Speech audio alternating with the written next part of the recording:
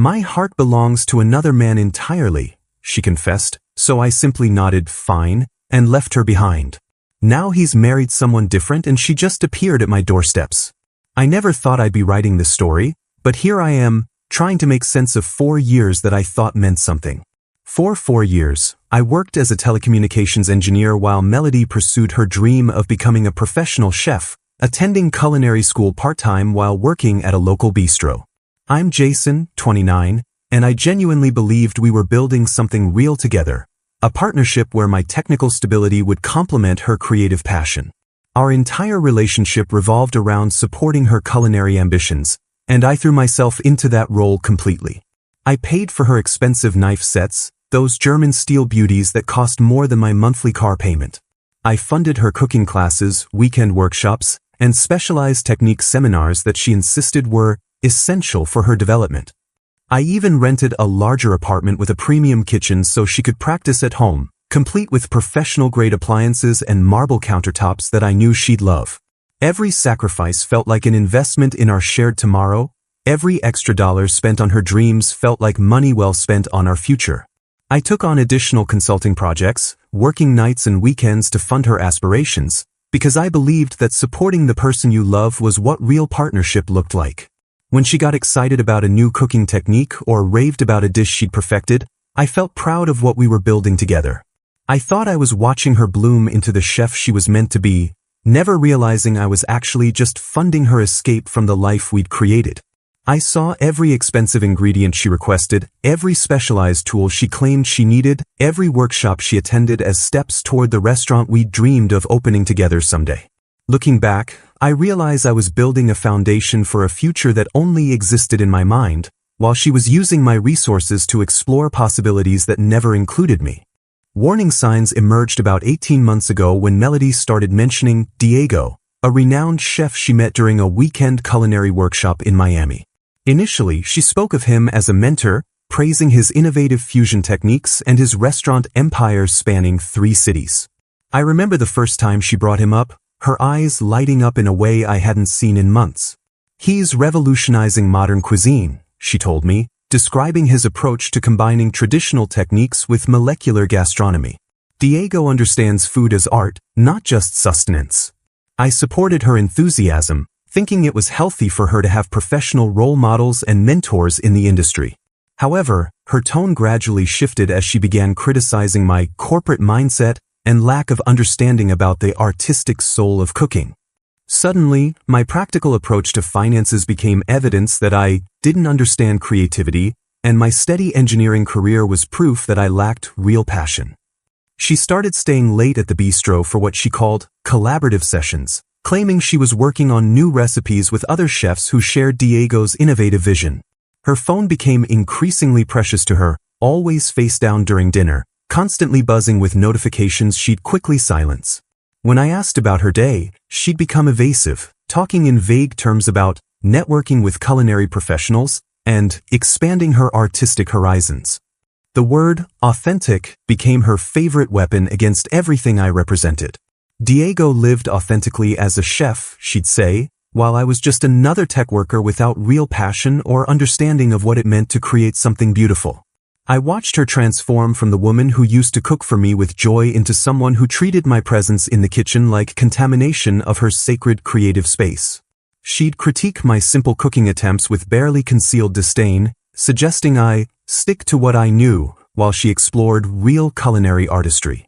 The woman I'd fallen in love with was disappearing, replaced by someone who spoke in pretentious culinary jargon and treated our 4-year relationship like a stepping stone she was ready to abandon. I began to feel like a stranger in my own home, watching her practice techniques she'd learned from someone who was clearly becoming more important to her than I was. Every conversation about her future plans started including references to Diego's philosophy or methods, while discussions about our shared dreams quietly disappeared from her vocabulary entirely. Melody's behavior became increasingly erratic as she started taking weekend trips to what she called food festivals and pop-up events that Diego was allegedly hosting or attending. She'd pack her nicest clothes and that expensive chef's knife set I'd bought her for Christmas, claiming these were professional networking opportunities that could advance her career. I trusted her completely at first, even helping her research hotels and offering to drive her to the airport. She would return home glowing with excitement, practically vibrating with energy as she described elaborate dishes and revolutionary techniques she'd supposedly learned. Diego showed us this incredible way to deconstruct traditional flavors. She'd gush, launching into detailed explanations of molecular gastronomy techniques that sounded impressive but felt rehearsed. But whenever I tried to engage with her experiences, asking specific questions about the events or suggesting we try some of these techniques together in our kitchen, she became cold and distant. "You wouldn't understand," became her standard response. "It's not just about following recipes, Jason. It's about understanding the soul of food." Her criticism of my lifestyle intensified beyond anything I could have imagined. She mocked my predictable schedule, calling my 9-to-5 routine soul-crushing conformity, and suggesting that my practical approach to finances showed I had no appreciation for art or beauty. When I mentioned wanting to start a savings account for our future restaurant, she rolled her eyes and said, "Real artists don't think like accountants." She began treating my engineering work like it was beneath her, referring to my projects as corporate drone work and my colleagues as people who've given up on their dreams. When I attempted to surprise her by booking a reservation at an expensive Michelin-starred restaurant for our anniversary, thinking she'd appreciate the culinary artistry, she dismissed it as trying too hard and said Diego would find such commercial establishments soulless and profit-driven. According to her, truly great food came from passion and authenticity, not from restaurants that catered to people like me who wouldn't know real flavor if it hit them. The emotional distance grew so vast that we barely spoke during meals anymore, with Melody constantly texting someone she claimed was a culinary networking contact, while I sat across from her feeling like I was dining alone. She'd respond to messages with little smiles and soft laughs, the kind of reactions I used to get from her, now directed at her phone screen. Our conversations became stilted and formal, like we were roommates rather than partners who'd spent 4 years building a life together.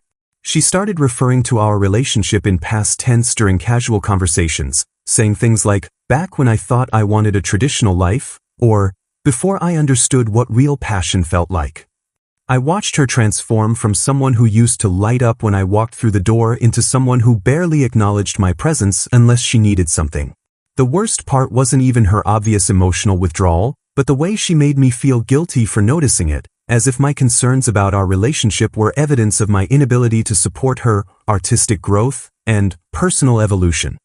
The confrontation came when I discovered expensive lingerie in Melody's luggage from her latest culinary retreat, items she'd never worn for me. Black lace pieces that still had the tags on them, hidden beneath her chef's whites and notebooks filled with what she claimed were new recipes.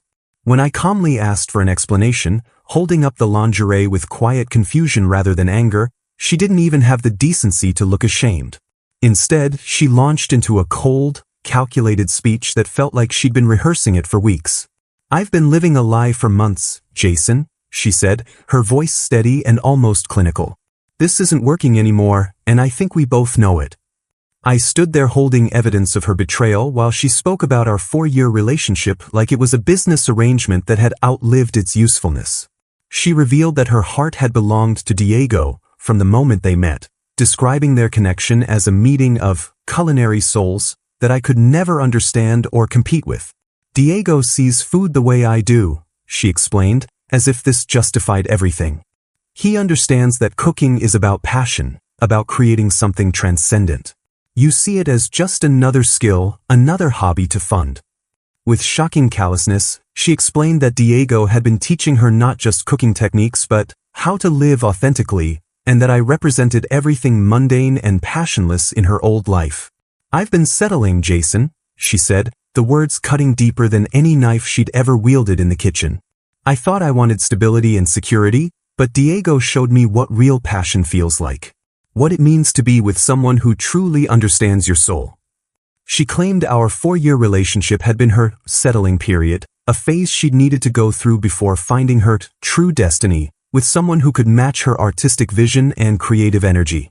"You're a good man," she said, as if that was supposed to comfort me, "but you're not the right man for who I'm becoming. Diego and I are planning to open a restaurant together in Miami. We're going to create something revolutionary, something you could never be part of because you don't understand the artistic vision. She actually expected me to fight for her, to break down emotionally and beg her to reconsider, to validate her decision by showing her how devastated I was.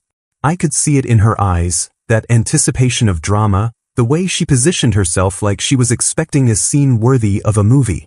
She wanted me to rage, to cry, to make grand gestures that would prove how much I'd valued what we had, so she could feel important and desired while still choosing her authentic, new life. "Aren't you going to say anything?" she demanded when I just stood there processing her words. "Aren't you going to fight for us?" The entitlement in her voice was staggering, as if I owed her an emotional breakdown to make her betrayal feel more significant and meaningful. Instead of the dramatic scene melody anticipated, I simply nodded and said, "Fine," before methodically beginning to pack my belongings. The single word seemed to deflate her entirely, like she'd been holding her breath for an explosion that never came. I walked to our bedroom closet and pulled out my old duffel bags, the ones I'd used in college before I'd thought I was building a permanent life with someone. My calm efficiency clearly unnerved her as I systematically began removing my contributions to our shared life, starting with my clothes and personal items before moving on to the bigger pieces. I unplugged my laptop and gaming console, wrapped my engineering textbooks in old t-shirts, and carefully packed the few family photos I'd brought to make our apartment feel like home. "What are you doing?" she asked, following me around the apartment like she couldn't believe what she was seeing. "You said you wanted to live authentically with Diego," I replied without looking at her. "I'm giving you that opportunity." I continued packing with businesslike precision, taking my furniture piece by piece. The leather couch I'd saved 6 months to buy, the coffee table I'd assembled myself, the bookshelf that held my technical manuals and the novels she'd always criticized as boring escapist fiction. When I started disconnecting my sound system and rolling up the area rug I'd bought for our living room, she began to panic. "Jason, this is crazy. We can talk about this like adults." But I was done talking. 4 years of conversations, for years of supporting her dreams, for years of believing we were partners, and it had all led to her casually discarding me for someone who understood her artistic soul. I moved to the kitchen and began removing my appliances, the coffee maker I used every morning, the blender I'd bought for protein smoothies, even the expensive stand mixer I'd given her for her birthday last year. "You can't take that," she protested. "I need it for my baking." "Then ask Diego to buy you a new one," I said, wrapping the mixer's cord around its base. "I'm sure he understands the importance of proper equipment for culinary artistry." When she demanded to know why I wasn't fighting for our relationship, why I wasn't trying to win her back or convince her that what we had was worth saving, I remained silent. There was nothing to fight for anymore. She'd made her choice months ago, probably during one of those first Miami workshops, and everything since then had just been her working up the courage to tell me. I wasn't going to beg someone to want me, wasn't going to compete with a fantasy she'd built in her head about passionate artistic love. My refusal to engage in her dramatic narrative left her standing speechless in the expensive kitchen I'd provided for her dreams, the very space that had become a symbol of my support for her ambitions now echoing with the silence of her own choices. "This isn't how this was supposed to go," she said, her voice smaller now, uncertain. "You're supposed to care more than this." But that was the problem. I had cared, deeply and completely, and she'd thrown it away for someone who probably saw her as nothing more than an entertaining distraction from his real life. I drove away without looking back, my entire life packed into my car, taking only what was mine and leaving behind the woman who had never truly been mine in the first place. 8 months later, I had transformed my life completely, moving to a sleek downtown apartment that was entirely mine and discovering who I actually was when I wasn't constantly supporting someone else's dreams. I took up rock climbing at a local gym, finding something deeply satisfying about the physical and mental challenge of scaling walls that had nothing to do with anyone else's approval or artistic vision. Photography became my new passion, not because anyone told me it was worthwhile, but because I genuinely enjoyed capturing moments and learning about composition and lighting. I started learning woodworking in my building's makerspace, creating functional pieces with my own hands and feeling proud of work that had nothing to do with funding someone else's ambitions. These weren't just hobbies to fill time, they were activities Melody had always dismissed as distractions from real connection, or evidence that I lacked focus on what truly mattered. Through a mutual friend who still worked in the restaurant industry, I learned the devastating truth about Melody's authentic, new life with Diego. The news came during a casual conversation at a barbecue, delivered with the uncomfortable tone people use when they're not sure if they should be sharing bad news or if you even want to hear it. I don't know if you've heard, Marcus said carefully, but that chef Melody was seeing Diego? Turns out he was married the whole time. The story unfolded like a predictable tragedy. Diego had never left his wife and had used Melody merely as entertainment during his business travels to Miami and other cities where his restaurant group had locations. The renowned chef had been married for 15 years with 3 children, living in a beautiful house in Connecticut with a wife who'd supported his career from the beginning. When his wife discovered the affair through Melody's increasingly bold social media posts about their artistic partnership, Diego immediately cut all contact with Melody and transferred to his restaurant's West Coast locations to avoid any further complications. Melody had been fired from the bistro where she'd worked, not for the affair, but for her increasingly erratic behavior and frequent unexplained absences that coincided with her culinary retreats. Her boss had finally lost patience with her unreliability and attitude problems, particularly after she'd started treating her job like it was beneath her artistic aspirations. She was now working at a chain restaurant, one of those places with laminated menus and microwave-reheated appetizers, trying to make ends meet while her culinary school debt continued to accumulate. The authentic life she'd chosen had led to unemployment, isolation, and the brutal realization that she'd been nothing more than a disposable distraction to a man who'd never had any intention of leaving his established life for her fantasies. Her dreams of opening a revolutionary restaurant with Diego had evaporated the moment his wife threatened divorce proceedings, leaving Melody with nothing but debt, a damaged reputation in the local culinary scene, and the knowledge that she destroyed a 4-year relationship for an illusion. Melody's attempts to reconnect began subtly with social media likes and comments on my photography posts, little heart emojis and remarks like, "beautiful shot," that felt desperate and calculated rather than genuine. Then came the lengthy text messages filled with apologies and claims that she'd learned what real love meant through losing it. Her messages started arriving at all hours, sometimes coherent reflections on her mistakes, other times rambling confessions about how empty her life had become without me. "I know I hurt you terribly," one message read, "but I've realized that what we had was real and authentic in ways I was too immature to appreciate.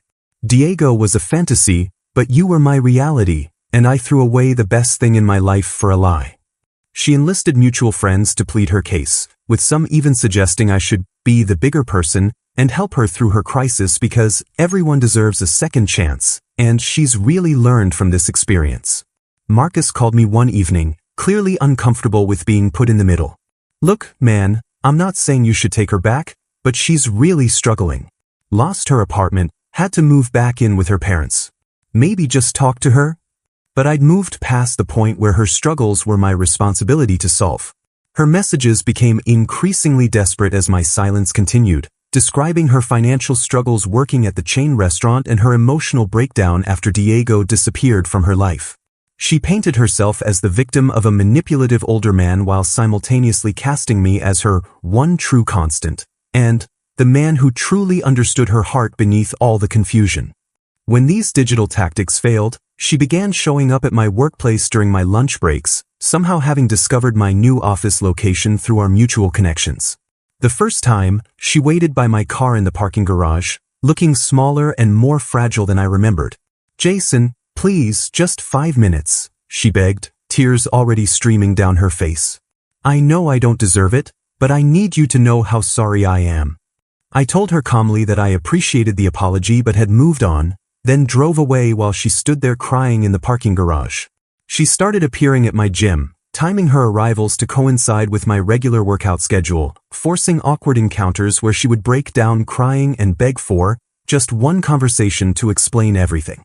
The gym staff eventually had to ask her to stop bothering members, but she found other ways to insert herself into my routine. The final confrontation occurred on a rainy Tuesday night when she appeared at my apartment door at nearly midnight, sobbing uncontrollably and declaring that losing me was the biggest mistake of her life.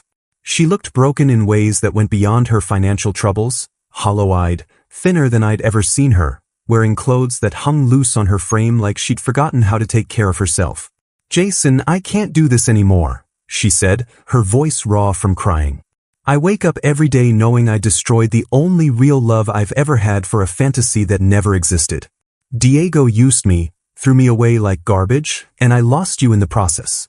You were everything real and solid and good in my life, and I was too stupid and selfish to see it.